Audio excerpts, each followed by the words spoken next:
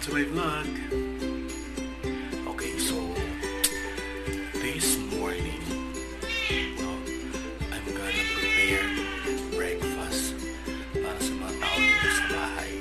Kasi ang tatay ko ay nagtatrabaho na. So, balik niya, pag-uwi niya dito, may nakahanda ng pagkain. Hindi yung siya pa yung maghahanda ng pagkain. Kasi kami, ang ginagawa namin, nakabilad. No! Saan? Sa higaan. No! Pisina. So bilang isang kuya, okay, so magpe-prepare tayo ng breakfast sa kanila. So the challenge here is hindi ako lalabas sa aming bahay para bumili. Para bumili ng ano? Ng mga recipe or ingredients para sa prepare ko. So ang gagawin ko, kung ano lang yung makikita ko dito sa kusina, yun lang yung aking i-prepare. Tulad na lang na ito.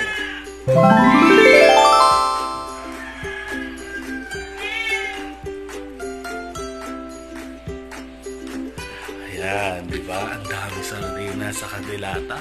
Bahala sila dyan. Hindi naman ako kumakain ng breakfast sa kanila eh. So kasi iba kasi piniprepare ko yung breakfast kasi alam nyo na yun kung ano, di ba?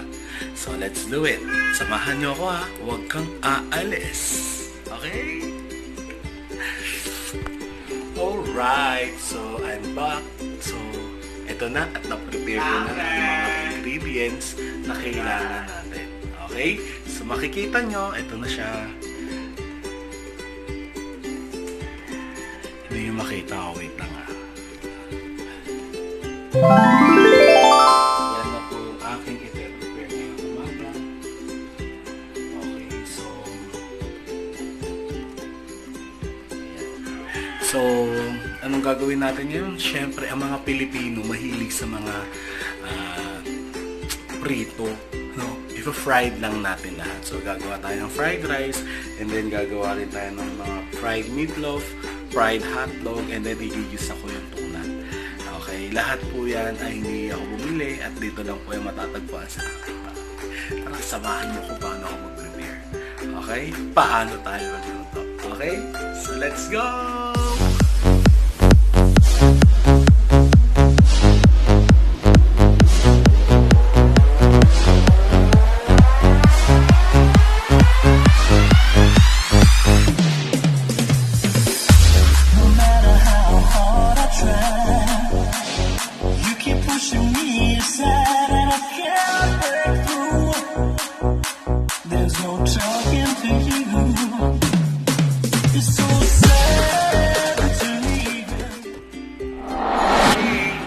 Tapos na ako mag-prepare. So tara, lutuin na natin to para makakain na rin sila. At pagdating ni Papa, meron na tayong breakfast para sa kanya. Diba? Gusto mo yan? Gets mo yun? O sige, tara, lutuin na natin to. Magpapainit lang ako ng kalan.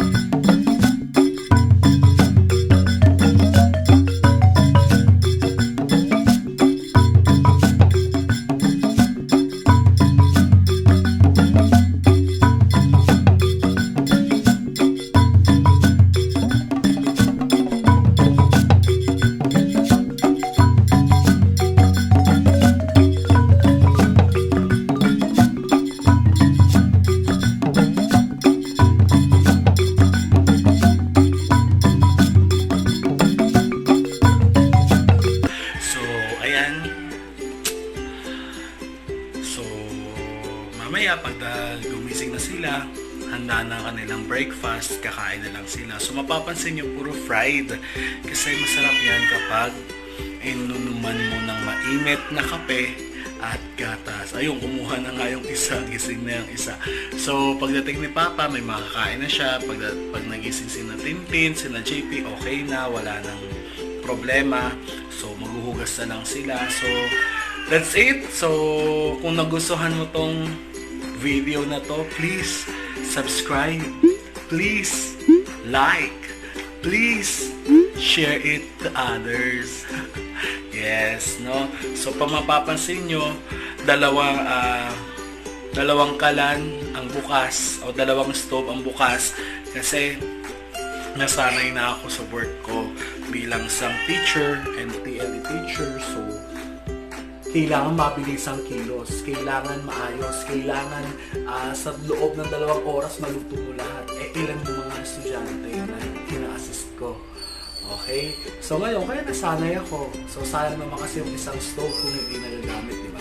So kaya, 2 na silang stove pinagsasabay ko. So worth it naman kasi sa loob ng 30 minutes kasi nag-start ako ng 6:45 o mag-7:15 na. So gawin nyo rin yun. Ang tawag doon ay work simplification. Yung oras, nagagawa mo siyang paikliin, padaliin, no? And also, para sabay, mainit silang dalawa. Diba? Mainit silang dalawa. So, mainit yung ulam, mainit yung kanin.